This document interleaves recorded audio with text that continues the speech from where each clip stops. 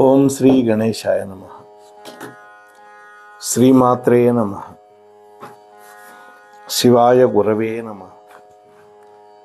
శ్రీకృష్ణ పరబ్రహ్మణే నమః. శ్రీరామాయ నమః. శ్రీ గురుభ్యో నమః. నారాయణం నమస్కృత్య నరం చైవ నరోత్తమం దేవీం సరస్వతీం వ్యాసం తతో జయముదీరయేత్. మోహనవాణి ఛానల్ వీక్షకులందరికీ ముందుగా నా యొక్క సాధువాదాలు. మార్గదర్శకులు మహర్షులు అనేటువంటి శీర్షికలో మనం మన యొక్క పురాణ వాంగ్మయంలో ఇతిహాసాలలో చెప్పబడినటువంటి మహర్షుల యొక్క చరిత్రలు చెప్పుకుంటూ ఉన్నాం. ఈ రోజున ఔర్వ మహర్షి యొక్క చరిత్రని చెప్పుకునే ప్రయత్నం చేద్దాం. భృగు మహర్షికి పులోమా అనేటువంటి భార్య యందు చవనుడు అనేటువంటి ఒక మహర్షి పుట్టాడు. ఆయన సుకన్య అనేటువంటి ఒక రాజకన్యని పెళ్లి చేసుకొని 3 పుత్రులను పొందాడు. వాళ్ళే దధీచి, ప్రమతి, ప్రవానుడు అని వాళ్ళ పేర్లు. ఋషుల్లో ఇతన్ని అప్రవానుడు కూడా అని అంటారు. ఈ అప్రవానుడు అనేటువంటి ఆయన పేరు మనం వినే ఉంటాం. గోత్రాల ఋషుల పేర్లలో వస్తూ ఉంటాడు. ఈ అప్రవానుడు రుచి అనేటువంటి కన్యను వివాహం చేసుకొని గృహస్థాశ్రమంలోకి ప్రవేశించాడు. హైహై వంశంలో ఆనాడు ప్రసిద్ధి పొందినటువంటి రాజు కార్తవీర్యార్జునుడు. ఈ రాజుగారి చరిత్ర అంతా మనం దత్తాత్రేయ పురాణంలో చెప్పుకున్నాం. ఈ కార్తవీర్యార్జునుడు తండ్రి గారి పేరు కృతవీరుడు. ఆయన ఉత్తముడు. అనేక యజ్ఞయాగాలు చేసి రాజ్యాన్ని దేహాన్ని విడిచిపెట్టక ముందే తనకుండే సంపదనంతా కూడా యాగాలలో ఉపద్రష్టలుగా యాజ్ఞికులుగా ఉన్న వాళ్ళందరికీ పంచిపెట్టి మిగిలినటువంటి ధనాన్ని బ్రాహ్మణులకు దానం చేశాడు. అంటే తన దగ్గర ఏది ఉంచుకోల. ఆ తర్వాత కృతవీర్యుడు తపస్సు చేసి యోగాన్ని ఆశ్రయించి మోక్షాన్ని పొందాడు.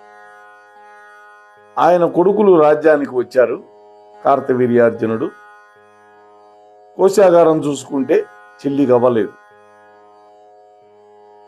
మంత్రులను అడిగారు, ధనం అంతా ఏమైంది అని అడిగారు. వాళ్ళు అన్నారు, మీ తండ్రి గారు బ్రాహ్మణులకు దానం చేసేశాడు అన్నారు. అందుకని ఆ కృతవీర్యుడి యొక్క కుమారుడైన కార్తవీర్యార్జునుడికి ఆ కార్తవీర్యార్జునుడి యొక్క కొడుకులకి కూడా బ్రాహ్మణుల మీద కోపం వచ్చింది. వాళ్ళ ఉద్దేశం ఏంటి అంటే, ఆ బ్రాహ్మణులు తమ తండ్రిని మోసం చేసి 4 మంచి మాటలు చెప్పి ధనమంతా అపహరించారు. ఇది వాళ్ళ అపోహ మాత్రమే. అందుకని వాళ్ళు బ్రాహ్మణులను దూషించడం మొదలుపెట్టారు. కార్తవీర్యార్జునుడి తరంలో ఆయన కొడుకులు ఈ విధంగా చాలామంది ఉన్నారు. వీళ్ళందరూ కూడా ఈ భృగువంశంలో ఉన్నటువంటి వాళ్ళని హింసించటం మొదలుపెట్టారు. భృగువంశంలో పుట్టిన వాళ్ళందరినీ భార్గవులు అని పిలుస్తారు. ఆ వంశంలో ఉన్న పిల్లలను కూడా చంపేశారు. వాళ్ళ యొక్క ఆశ్రమాలు దోచుకుని వాటిని తగలబెట్టారు.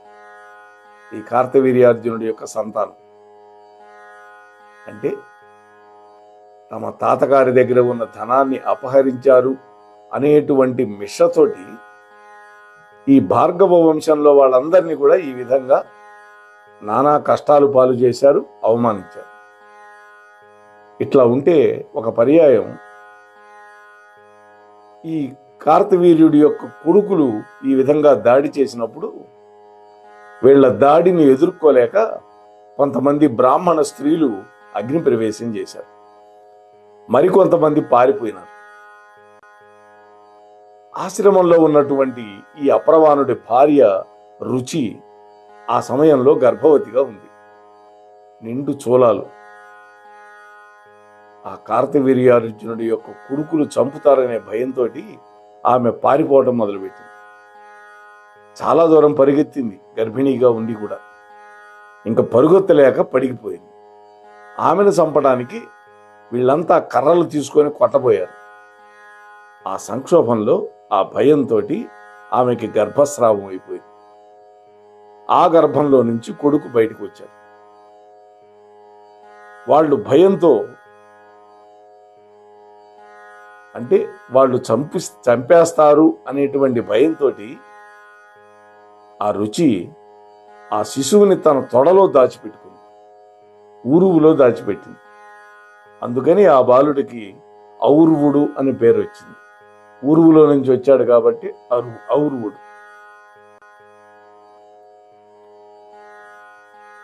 కానీ వాళ్ళొచ్చి తల్లిని హింసిస్తూ ఉంటే ఆ బాలుడు తొడలో నుంచి బయటకు వచ్చేశాడు. మహా తేజస్సుతో ఉన్నాడు, అగ్నిసమ తేజస్సుతో ఉన్నాడు. ఆ తేజస్సు ఎలా ఉంది అంటే 1000 సూర్యుల కాంతితో వెలుగొందుతూ ఉన్నది. చంపడానికి వచ్చినటువంటి ఆ దుర్మార్గుల యొక్క కళ్ళకి ఒక్కసారిగా అంధత్వం వచ్చేసింది. ఆ కాంతిని వాళ్ళు చూడలేకపోయారు. వాళ్ళకి కళ్ళు పోయినాయి, చూడలేకపోయారు. తాము ఎక్కడ ఉన్నారో కూడా తెలియని పరిస్థితి. పిల్లవాడు పుట్టగానే ఆ విధంగా తల్లిని కాపాడాడు. ఇది ఆ పిల్లవాడి యొక్క వైభవం. అప్పుడు ఆ హైహేయులకి ఒక భయం పుట్టి, ఆ భయంలోనే వివేకం కూడా కలిగింది. వాళ్ళందరూ పాదాల మీద పడి ఆ హైహేయ వంశీయులు, అమ్మా, నీ పుత్రుని చూస్తుంటే మాకు భయం పుడుతోంది. పుట్టగానే నీ బిడ్డ ఈ విధంగా మమ్మల్ని గుడ్డివాళ్ళని చేసేశాడు. భృగువంశీకుల యొక్క చరిత్ర మాకు తెలుసు. అయితే మా తల్లిదండ్రులను ఆశ్రయించి మీ యొక్క భృగువంశీయులు ధనం అపహరించారని మా కోపం. అందుకనే ఆ మాత్సర్యంతో మిమ్మల్ని అందరినీ ఈ విధంగా హింస పెట్టాము. మేము పాపం చేశాం. అయినా కూడా దయామయురాలైనటువంటి నీవు మమ్మల్ని అనుగ్రహించు. నీవు మహాపతివ్రతవి, శక్తివంతురాలివి. నీ శక్తితో మాకు నేత్రదానం చెయ్యి అని ప్రార్థించారు. వాళ్ళందరూ కూడా కాళ్ళ మీద పడి బతిలాడుకున్నారు. అప్పుడు ఆమె, ఆ రుచి, నాయనలారా, మీకు దృష్టిని ప్రసాదించే అంత శక్తి నాకు లేదు. నాకే అంతటి శక్తి ఉంటే నేను ఈ విధంగా పారిపోతానా? ఈ శిశువు నా గర్భంలో నుంచి పుట్టింది కదా, అతడి యొక్క తేజస్సు వల్ల కదా మీ నేత్రాలు పోయినాయి. అందువల్ల ఆ పిల్లవాడినే ప్రార్థించండి అన్న. వెంటనే వాళ్ళు ఆ పిల్లవాడి పాదాలు, బుజ్జి పాదాలు పట్టుకొని ప్రార్థించారు. ఏమని? ఓ మహాత్మా, నువ్వు ఎవరో మాకు తెలియదు. నువ్వు భృగువంశ తేజస్సుతోటి విలసిల్లుతూ ఉన్నావు. ఇప్పుడు నిన్ను దర్శించాం. సూర్యమయ తేజస్సుతో వెలిగిపోతున్నావు. నీ కాంతిని చూడలేక మా కళ్ళు పోయినాయి. మేము అపరాధమే చేశాం. మేము చేసినటువంటి ఘోరమైనటువంటి పాపాల వల్ల మా కళ్ళు పోయినాయి. స్వామి, మమ్మల్ని అనుగ్రహించి మళ్ళీ మాకు మా దృష్టిని గనక ప్రసాదిస్తే, పూర్వం మా పూర్వీకులందరూ మీ వంశస్థులను ఏ విధంగా సేవించారో అదే విధంగా మేము సేవించుకుంటాం. మమ్మల్ని అనుగ్రహించు అని వాళ్ళు దీనంగా ప్రార్థించారు. అయితే ఆ పిల్లవాడు అప్పుడే పుట్టినటువంటి శిశువు కదా, అందువల్ల మాట్లాడకుండా ఉన్నాడు. అప్పుడు ఆ తల్లి అంది బిడ్డతోటి, నాయన నీ తేజస్సు దుర్భరంగా ఉంది వీళ్ళందరికీ, ఈ దుర్మార్గులకు తగిన శిక్ష వేశావు కదా. మన వంశంలో శరణాగతి పొందినటువంటి వాడు ఎంతటి పాపాత్ముడైనా, చివరికి చంపడానికి వచ్చిన వాడైనా కూడా క్షమించడమే మన వంశాచారం.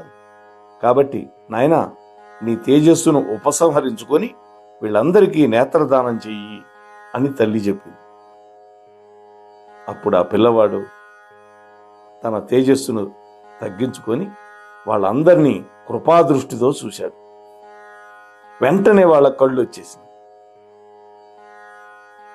వాళ్ళందరూ లెంపలేసుకొని బుద్ధి తెచ్చుకొని వెళ్ళిపోయారు. ఆ తర్వాత ఔర్వుడు 7 సంవత్సరాల ప్రాయం కలిగిన వాడై పెరిగి పెద్దయినాడు. తమ భృగు వంశంలో పుట్టిన అనేక కుటుంబాల వాళ్ళని ఈ హైహై వంశస్థులు నాశనం చేశారు కదా, గతంలో బాధలు పెట్టారు కదా. ఈ చరిత్ర అంతా విన్నటువంటి ఔర్వుడు ఆగ్రహోదగ్రుడయ్యాడు. ఆ తర్వాత తండ్రి తల్లి చెప్పారు, ఈ విధంగా వీళ్ళు చేశారు అని ద్రోహం. ఈ ప్రపంచంలో ఉత్తములకి స్థానం లేకుండా పోయింది, మంచివాడికి క్షేమం లేదు, ఇటువంటి ప్రపంచాన్ని నేను దహించి పారేస్తాను అని క్రోధంతో అనుకున్నాడు ఆ ఔర్వుడు. గతంలో పరాశరుడికి వచ్చినటువంటి కోపం లాంటిదే ఇప్పుడు ఇతనికి కూడా వచ్చింది. ఎవరో ఒకరిని శిక్షిస్తే పాపం నశించిపోతుందా? నా తపస్సుతో లోపభూయిష్టమైనటువంటి ఈ ప్రపంచం మొత్తాన్ని దహించేస్తాను అని తీవ్రమైనటువంటి కోపంతో తన యొక్క తపోబలాన్ని పెంచుకుంటూ తపస్సు చేయటం మొదలుపెట్టాడు. ఔర్వుడి యొక్క సంకల్పం తపస్సులో నెరవేరడం మొదలుపెట్టింది. లోకాలన్నీ కూడా చికాకులతో నిండిపోతున్నాయి. అనేక ప్రళయాలు సంభవిస్తున్నాయి. దానివల్ల చాలా మంది చచ్చిపోతున్నారు. లోకంలో ఎక్కడా శాంతి లేదు, ఎవడికి క్షేమం లేదు. ఈ విధంగా ఘోరమైనటువంటి తపస్సు కొనసాగుతూ ఉంది ఔర్వుడిది. లోకాలన్నీ ఈ తపస్సు యొక్క ఉగ్రతకి తల్లడిల్లిపోతూ ఉన్నాయి. అప్పుడు పితృలోకం నుంచి పితృదేవతలు వచ్చారు ఆ పిల్లవాడి దగ్గరికి. నాయనా శాంతించు, మేము ఆ హైహేయుల చేతిలో చనిపోయావని నువ్వు అనుకుని క్రోధంతో ఇంత ఘోరమైన తపస్సు చేసి ఈ లోకంలో ఉండే వాళ్ళందరినీ చంపుతున్నావు. నాయనా ఇది నీకు ధర్మం కాదు. మన భృగువంశంలో పుట్టిన వాళ్ళకి క్షమ, దయ, ఓర్పు మనకి సహజమైన లక్షణాలు. క్రోధం అనేది మనకు పనికిరాదు. వాళ్ళు మిమ్మల్ని చంపారని అనుకుంటున్నావేమో, మమ్మల్ని. అసలు సత్యం ఏంటో మేము నీకు చెబుతాం విను అన్నారు పితృదేవతలు. అంటే ఈ అబ్బాయి విన్నదేంటి? తన వంశంలో వాళ్ళని చంపేశారు అని వాళ్ళు హైహైలు. అలా కాదు, అసలు సత్యం ఏంటో మేము చెబుతాం వినమంటున్నారు పితృదేవతలు. మేమందరం అఖండమైన తేజసంపన్నులపై తపస్సు చేశాం. ఆ తపస్సు మాకు అక్షయమైనటువంటి ఆయుర్దాయం ఇచ్చింది. జరా, మృత్యువు ఈ రెండు మాకు లేవు. మాకు సమస్త రుణాలు తీరిపోయినాయి. ఆ తర్వాత జ్ఞానోదయం అయింది. ఇక ఈ భూలోకంలో ఉండడం మాకు ఏమాత్రం రుచించల. ఈ శరీరాలను ఏదో ఒక కారణంతో మేము వదిలిపెట్టాలి అనుకున్నాం. కానీ ఆత్మహత్య చేసుకోవడం మహాదోషం కదా, అందుకని ఆ పని చేయలేకపోయాం. యోగంతో శరీరాన్ని విడిచిపెట్టకూడదని కూడా మేము నిశ్చయించుకున్నాం. సహజంగా మరణం తానంతట అదే వచ్చినప్పుడు మేము ఊర్ధ్వలోకాలకి వెళ్ళాలి అని అనుకున్నాం. ఆ కారణం వల్ల మేము రాజుగారి దగ్గరికి వెళ్ళి ఆయన చేత ఎన్నో యజ్ఞయాగాదులు చేయించి ఆయన దగ్గర ఉండే ఐశ్వర్యం కావాలని అడిగాం. ఎవరిని అడిగారు వీళ్ళు? కృతవీర్యుని. వాళ్ళు అనుకున్నది ఎందుకు అడిగారంటే, ఇలా మేము ద్రవ్యమంతా తీసుకోవటం వల్ల ఆ తర్వాత కృతవీర్యుడి యొక్క పుత్రులకి వాళ్ళ వంశంలో ఉండే మనవాళ్ళకి క్రోధం వస్తుంది, ఆ కోపంతో మమ్మల్ని చంపుతారు అని మాకు తెలుసు. రాజుగారి డబ్బంతా కావాలని మేము అపహరించాం. అలా ఆ రాజుగారిని నిర్ధనుణ్ణి చేసేసాం. ఆ ధనాన్ని మేం మాత్రం ఏం చేసుకుంటాం? మాకు అది పనికిరాదు. ఆ ధనం అక్కడే ఉంచాం. మేము ఏదైతే ఎదురు చూసామో మా చావు కోసం, ఆ సంఘటన జరిగింది. వాళ్ళందరూ వచ్చి మమ్మల్ని చంపుతూ ఉంటే మేము ఏ రకమైనటువంటి ఆత్మరక్షణ చేయలేదు, ప్రతిక్రియ చేయలేదు. వాళ్ళ చేతుల్లో మృత్యువు పొందాం. క్షత్రియుడి చేతుల్లో మరణం పొందడం ఉత్తమం అని చెప్తారు కదా శాస్త్రాల్లో. ఆ ధర్మాన్ని మేము పాటించాం. ఏదో ఒక పాము చేతో పులి నోట్లోనో పడి చావడం కంటే ఉత్తముడైనటువంటి క్షత్రియుడి చేతిలో చావడం మంచిది అని ఆ ధర్మాన్ని మేము ఆశ్రయించాం. ఇప్పుడు ఊర్ధ్వలోకంలో మేము సుఖంగా ఉన్నాం. మేము అనుకున్న సంకల్పం నెరవేరింది. ఈ విషయం తెలుసుకొని నువ్వు శాంతించు నాయనా. ఇందులో ఆ రాజులు తప్పేం లేదు. క్రోధంతో లోకాలను ఈ విధంగా చికాకు పెట్టే తపస్సు మాత్రం నువ్వు చేయొద్దు. ఈ తపస్సు మోక్షహేతువు కాదు నాయన, జ్ఞానహేతువు కూడా కాదు అని బోధించారు పితృదేవతలు. వాళ్ళ బోధలకి ఔరవుడు శాంతించాడు. అప్పుడు తండ్రితో అంటున్నాడు, తండ్రి, నేను పుట్టక ముందే నా తల్లి ఆర్తనాదం చేసింది. నన్ను రక్షించేవాళ్ళు ఎవ్వరూ లేరా, నన్ను చంపేస్తున్నారు ఈ హైహ్యులు అని ఆర్తనాదం చేసింది. గర్భంలో ఉండి ఇంకా బహిర్గతం కాకుండానే నా తల్లి యొక్క ఆర్తనాదం విన్నటువంటి నాకు కలిగే దుఃఖం మీకెలా తెలుస్తుంది? నాకు ఆనాడు ఎంత క్రోధం వచ్చిందో మీకు ఎంత చెప్పినా అర్థం కాదు. నాకు ఇంత చరిత్ర చెప్పారు కదా, అందువల్ల నేను సమాహితుడిని అయ్యాను, నాకు శాంతి కూడా కలిగింది. కానీ మీ శాంతి వచనాలతో నేను శాంతించినప్పటికీ నాలో ఉండే క్రోధం అనేటువంటి ఒక మహా అగ్ని నా కడుపులో ఉన్నది. ఆ అగ్నిని లోకాల మీద ప్రయోగించక ముందే నన్ను దహించేస్తుంది. ఆ క్రోధాగ్నిని ఏం చేయమంటారు అని ఔరవుడు పితృదేవతలను అడిగాడు. నాయనా, నీలో ఉండేటటువంటి ఆ క్రోధాగ్ని లోకాలన్నింటినీ నాశనం చేసేది. నీ తపోబలంతో, నీ మనోబలంతో, నీ దృఢమైనటువంటి చిత్తంతో దాన్ని సముద్ర జలాల్లో ప్రవేశపెట్టు. ఆ అగ్ని భూమి మీద గనక ఉన్నదా, భూమి మీద ఉండేటువంటి వృక్షాలు, అడవులు, మనుష్యులు, పశుపక్షాదులు సమస్త లోకం నశించిపోతుంది, కాలి బూడిదైపోతుంది. కాబట్టి సముద్ర జలం మాత్రమే దాన్ని భరించగలుగుతుంది. అందుకని సముద్రంలో ప్రవేశపెట్టు అని పితృదేవతలు ఔరవుడికి ఉపదేశం చేశారు. సముద్ర జలాలు ఎప్పుడు కూడా అనంతంగా ఉంటాయి, అనంత జలరాశి. అగ్ని ఆ జలాలను దహించగా ఆ జలాలు మేఘరూపంలో ఆకాశానికి వెళ్ళి మళ్ళీ వర్షంగా కిందకు వస్తుంది. ఈ అగ్నిది అదే స్థానం. అంటే అక్కడి నుంచే నీళ్లు ఆకాశానికి వెళ్ళి మళ్ళీ వర్షిస్తూ ఉంటే అగ్ని మళ్ళీ దాన్ని దహించేస్తూ ఉంటుంది. అగ్ని సముద్రంలోనే శాశ్వతంగా ఉంటుంది.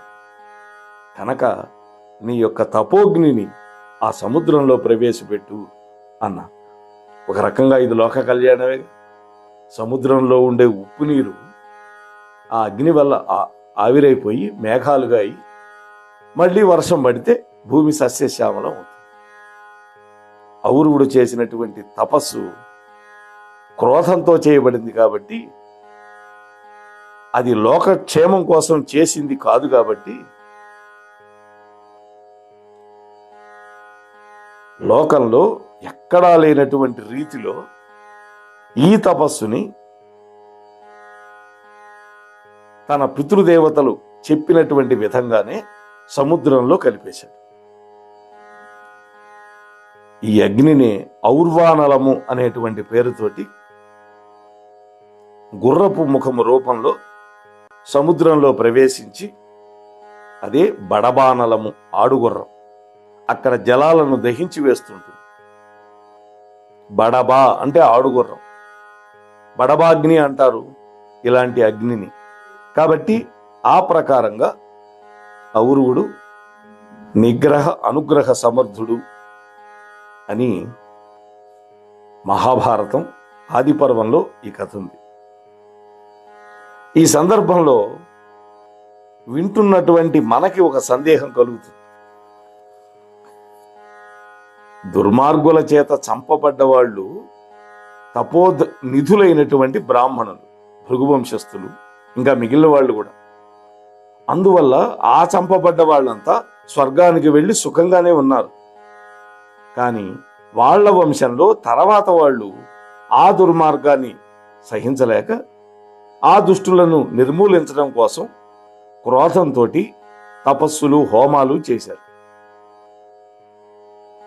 అందువల్ల ఏమైంది, తన వంశంలో వాళ్ళు ఈ విధంగా దుర్మార్గ పనులు చేస్తున్నారు అనేటువంటి ఆలోచనతోటి స్వర్గానికి వెళ్ళిపోయినటువంటి పితృదేవతలు మళ్ళీ భూలోకానికి వచ్చి వీళ్ళు చేస్తున్నటువంటి సంహార క్రియని మాన్పించారు.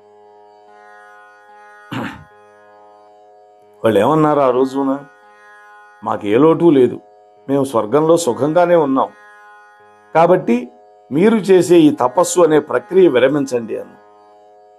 చాలా బాగుంది.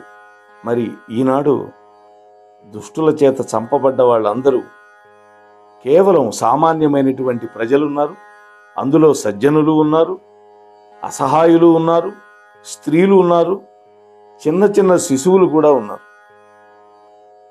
అయితే వీళ్ళంతా తపస్సు చేసిన వాళ్ళు కాదు. చంపబడ్డ తర్వాత స్వర్గానికి వెళ్ళగలిగిన వాళ్ళు కాదు. అయితే అప్పుడు కూడా దుష్టులైనటువంటి ఈ హంతకులకి మనం ప్రతిక్రియ చేయకూడదా? ఆలోచించండి. ఔరువుడు కథ జరిగింది ఏ యుగంలో?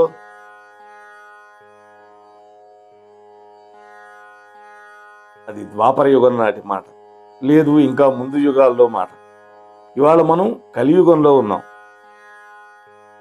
కలిదోషాలు ఎక్కువగా ఉండే యుగంలో ఉన్నాం. కాబట్టి ఇవాళ ప్రతిక్రియ చెయ్యాల్సిందే, చెయ్యకుండా ఉండటానికి అవకాశం లేదు. బహుశా అది కేవలం ఆ యుగంలో బ్రాహ్మణుల యొక్క ధర్మమేమో, ముఖ్యంగా భృగువంశీకుల ధర్మమేమో. ఎందుకంటే భృగువంశంలో సాక్షాత్తు లక్ష్మీదేవి కూడా పుట్టింది, అందుకనే ఆమెకు భార్గవి అని పేరు వచ్చింది. అలాగే ఇంద్రుడి యొక్క భార్య శచీదేవి ఈ యొక్క భృగువం మహర్షి యొక్క సంతానం, పులోమకు పుట్టింది కూతురుగా, అందుకని ఆమెకు పులోమజాక్షి అని పేరు కూడా ఉంది. అటువంటి మహత్తరమైనటువంటి భృగువంశం చాలా గొప్పది. అందులో ఆ భృగువంశం, భృగువు మామూలు వాడు కాదు. విష్ణువు యొక్క వక్షస్థలాన్ని తన్ని విష్ణువుని పరీక్షించి తద్వారా భూలోకానికి వెంకటేశ్వరుణ్ణి రప్పించాడు. ఎంత గొప్ప అవతారమో చూడండి వెంకటేశ్వరుడిది, కలియుగ ప్రత్యక్ష దైవం. వెంకటేశ్వరుడు భూలోకానికి రావడానికి కారణం ఎవరంటే భృగువే. నైమిషారణ్యంలో తపస్సు చేసుకుంటూ యజ్ఞాలు చేస్తున్నటువంటి ఋషులు త్రిమూర్తులలో సత్వగుణ ప్రధానుడు ఎవరు అని పరీక్ష చేయమని పరీక్షాధికారిగా పెట్టారు ఈ భృగువుని. అందువల్లే మనకి అవతారం వచ్చింది. మరి ఈ ఔరువుడు యొక్క మిగతా చరిత్ర రేపటి రోజు కలుసుకొని ముచ్చటించుకునే ప్రయత్నం చేద్దాం. అంతవరకు ఈ ఛానల్ని సబ్స్క్రైబ్ చేయని వాళ్ళు చేయండి. ప్రవచనం మీకు నచ్చితే మీ మిత్రులతోటి బంధువులతో పంచుకోండి. మీ కామెంట్ కూడా తెలియజేయండి. అని మిమ్మల్ని మరొక్కసారి విజ్ఞాపన చేసుకుంటూ ముగిస్తున్నాను. మోహన్వాణి తెలుగు పోడ్కాస్ట్ వింటున్న శ్రోతలందరికీ హృదయపూర్వక ధన్యవాదాలు. వినండి, వినిపించండి, వింటూనే ఉండండి మోహన్వాణి తెలుగు పోడ్కాస్ట్. మీరు వింటున్నారు మోహన్వాణి. మా కార్యక్రమాలు మీకు నచ్చితే ఇప్పటివరకు మా ఛానల్కి సబ్స్క్రైబ్ చేసుకోకపోతే వెంటనే ఈ క్షణమే సబ్స్క్రైబ్ చేసుకుని ఆ పక్కనుండే బెల్ బటన్ని మ్రోగించి అందరికీ షేర్ చేసి మీ విలువైన కామెంట్ను కూడా చేసి మమ్మల్ని ప్రోత్సహిస్తారని కోరుతున్నాను.